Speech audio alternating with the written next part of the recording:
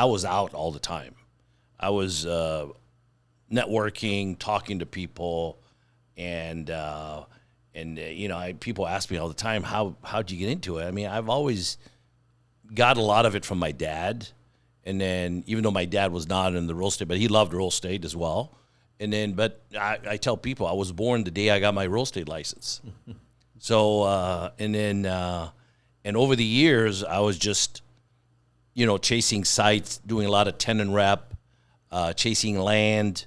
Did a lot of work for the federal government on the bank side, the bank repos, and is that the savings and loans? We called the good days, the savings and loan days, and then so especially like Downey Savings and Loans was big in California. They had a lot of loans in Arizona and in California, so I would chase around and go look at some of the assets they had and sell them at discounts and all that. And I didn't have any money back then, so I was taking a portion of the deals on some of the stuff and then suddenly after that I was on my own. And then they brought me back, the government back in 2008 through 13. Those are what I call the good days. I think those are the worst days of my career in real estate. It was so bad that it suddenly your family and friends get affected. And then so I honestly made more money back in those days than I did in my regular, just because banks had so many assets they had to sell. And then we can talk about that on a separate podcast. We'll get into that. Well, that's how you're gonna have to give me a drink on that one, because then I can open up a lot about our banking system in America. Yeah. So it was a lot of fun. I've always been I'm ADD. I can't stop. I love what I do, and I've always had a philosophy that less is more. And then I never chase money. I let money chase me. And then so by what I mean by that is I've always in our business paid it forward.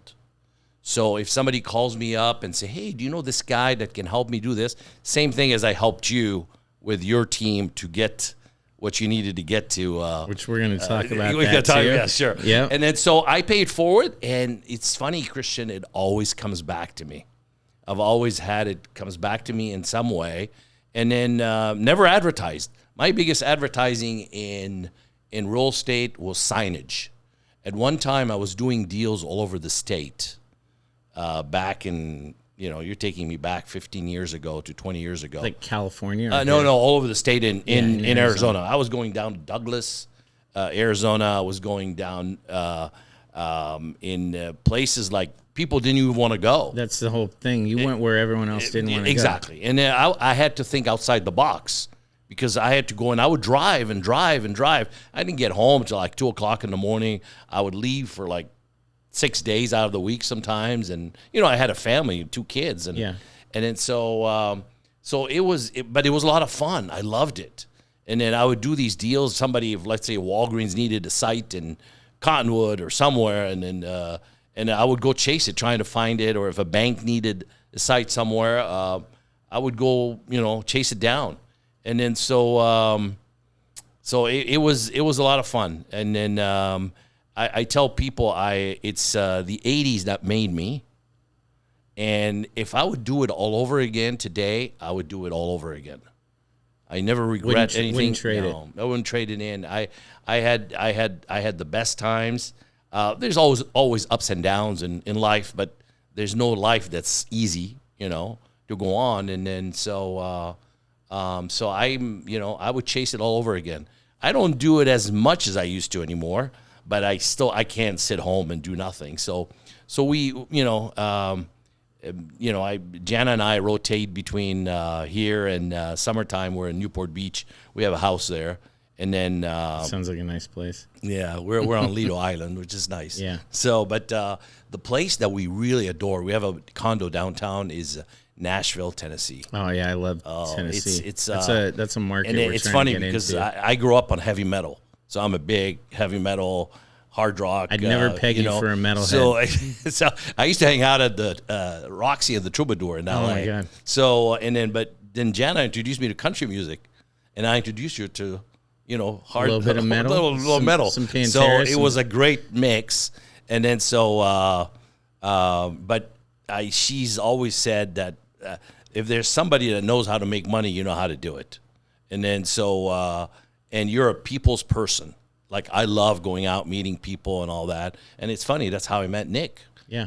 Great guy. We just met at an ICSC small function, and through joking and drinking and stuff, and we became good friends. And then so it was one thing leads to another. So now I go to these ICSC conventions. I got to stop every 2 seconds to say hi to somebody, just because I've been in the business for a while. Mm-hmm. But I can tell you there's some great people in this industry. I love them all.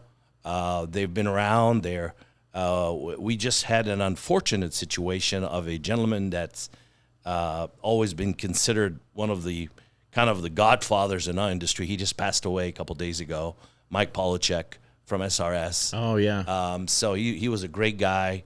Got along great with him. We've done a few deals, but it's unfortunate, but that's how life is sometimes. So, other than that, like I said, I'm here to stay, and looking for stuff to do, and happy to go hunting anytime.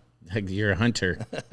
Hunting for deals. I'm a deal junkie. You're hunting the next big game. Big game. Yeah. I'm a deal junkie. You go tell me there's a deal somewhere out there, I will go look at it. I will chase it down. I have no problem doing it. I've always been low key. I don't like put it all out there, but that's how it comes back to me.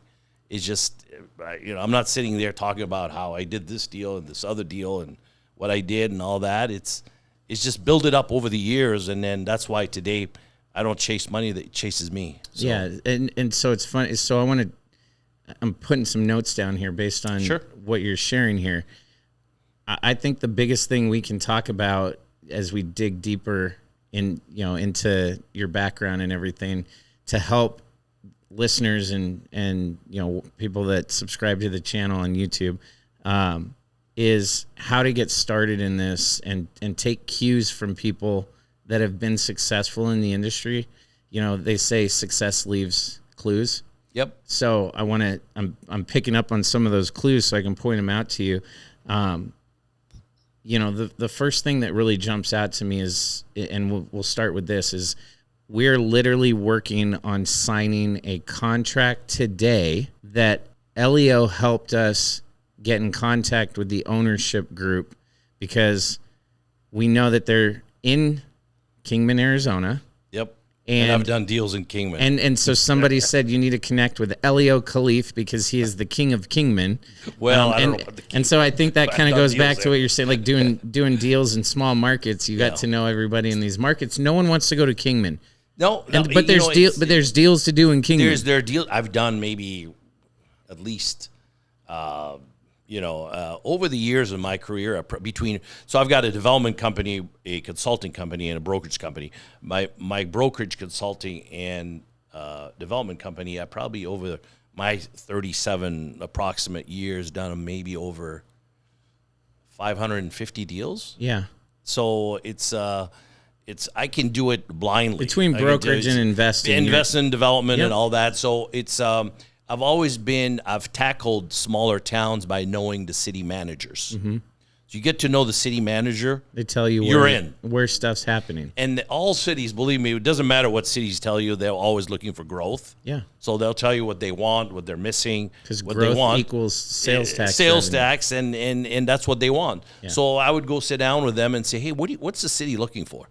Said, well, we did a study. A lot of cities do studies. Most people don't know. Yeah, they spend big bucks. Yeah, they spend about 50 grand on a study. Come in and they do these. Yeah. So I said, let me see your study. So I steal the study, and then I see what they have and what's needed, and then I chase those tenants, and they do a survey for the people that live in those cities. Most people don't know that. They tell you what they tell want. You what they really want. Yeah, and then you take that and you show it to the tenant and you say, look, the city did listen, this is not me. Look at this. It's a Nick's study. You're just reverse engineering it. Exactly. They're doing all the work for you. You're just taking all the pieces and putting them together like a puzzle. Yep. And it gives you a roadmap. Yep. So I would I've never, like I said, I've never advertised. I've had a lot of signage. Signage is what made my brokerage company. At one time, I had, Christian, over 200 signs around the state. How many people did you have in your brokerage? Was it just you? I used to have I had like maybe 8 people. Yeah. But then I woke up one day and I said, you know what? I don't need it. I was a lot of babysitting. So I was just me and 2 other people. Yeah. And I would chase it down. And it worked out perfect. Because at the end of the day, if you want to get something done right, might as well do it yourself. Yeah. And I mean, so that's why I said less is more. Yeah. Because you get so much done, and then instead of chasing 20 deals, making the same amount if you can make in 2-3 deals. Well, see, like, I think you're like me. You said, let the money chase you, less is more. Like, I hang on to these sayings, right? So I mentioned Paul Schloss as one of my mentors. He used to say, and you guys have heard this before because my daughter repeats it, you're only as good as your reputation and your Rolodex. Yep. And obviously, if you're young, you don't know what a Rolodex is, but it's now on your phone. But there's something else that stuck out to me, and it comes back to this. You didn't know me. You just met Brennan. You knew Phil. Like, you didn't have any reason. And there's plenty of people that might be like, oh, well, I can contact those owners if you let me rep you, which I probably would have said yeah anyways. Yeah. But there's something to be said about doing the right thing is always the right thing to do. Pay it forward. It comes back to you tenfold. So the reason I want to bring that out is because if you're just getting started in our industry, it is such a close-knit community. And I think the biggest difference, like, I'll let you know, everyone always asks, oh, did you start in residential? No, I've literally done 2 residential transactions. They were both my home purchases, and I didn't even represent myself. My wife has her real estate license, and she was the agent of record on both of our home purchases. So if you go look, I've never bought a home other than wrote the check for it, And so there's this idea of looking for a handout versus giving a hand up. And I'd say, if you want to break in this industry, especially when you get into net lease retail, it's even smaller. A lot of people will say, like, oh, do you know so-and-so? And I ask, what do they do? They're a multifamily broker. That is like on the other end of the spectrum with what we do in the net lease world. It's commercial, but we don't really necessarily run across each other that much. And so I think if you want to get ahead in this industry and really break in, whether it's investing or if you're an agent, go out and be a hustler and help. Like, we have some young guys right now that I have continued to go back to, and now I'm feeding them, saying, hey, look, I don't have time to go research all these things. Here's what I want you to go find me the owner, reach out and see if they'll sell, and let them do all the legwork. I'm literally giving them the list and the properties that I want because they've done the work on the front end. They didn't look for anything. And they could have got screwed, but I'm not that guy that's going to do it. Are there sharks in our industry? 100%.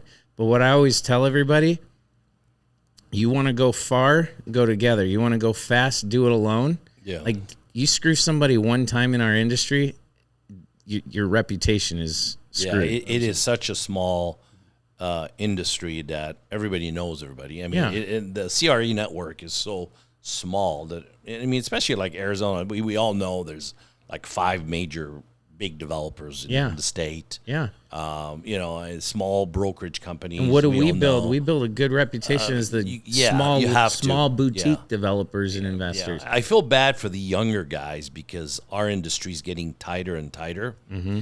I don't know how they're going to be able to get any headway, get into this industry because it is so hard. You can have a good year, but then after that, what are you going to do? But even some of my friends have been in the business for 20, 25 years plus. Some of them are getting out of it because they can't get anything going right now. Thank you so much for watching this video. If you like this video, want to catch the entire episode of this Rents Due podcast, click right here. If you're loving the Rent Stew podcast and you want to see more episodes, click right here. And as always, stay hungry, my friends.